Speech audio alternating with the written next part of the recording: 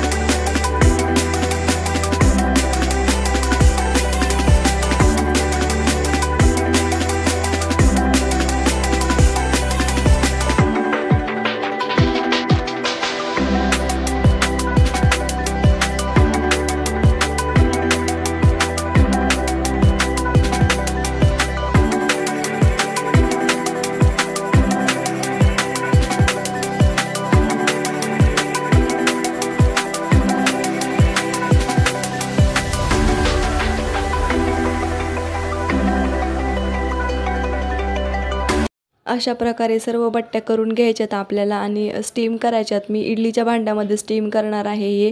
आणि इडलीच्या भांड्याला खाली थोडंसं तेल लावायचं आहे आणि मग आपल्या या बट्ट्या ठेवायच्या आहेत आणि 15 ते 20 मिनटं मंद गॅसवरती त्याला वाफवून घ्यायचं आहे.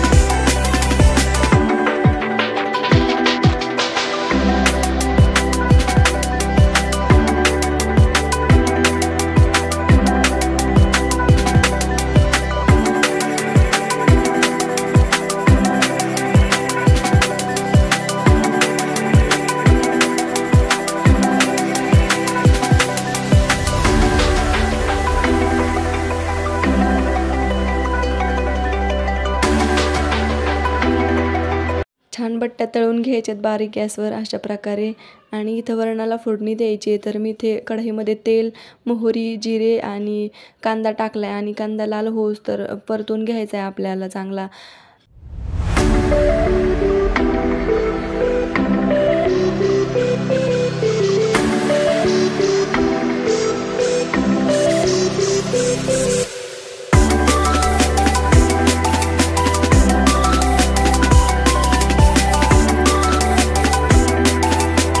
टोमॅटोचं कच्चापणा घालवण्यासाठी छान परतून घ्यायचं आहे आणि त्यामध्ये 1 चमचा लाल तिखट, 1 चमचा कांदा लसूण मसाला आणि अर्धा चमचा हळद टाकून वरण टाकून घ्यायचं आहे आणि मीठ टाकायचं आहे चवीनुसार आणि वरतून कोथिंबीर टाकायची आहे. बघू शकता किती छान आपलं वरण झालेलं आहे.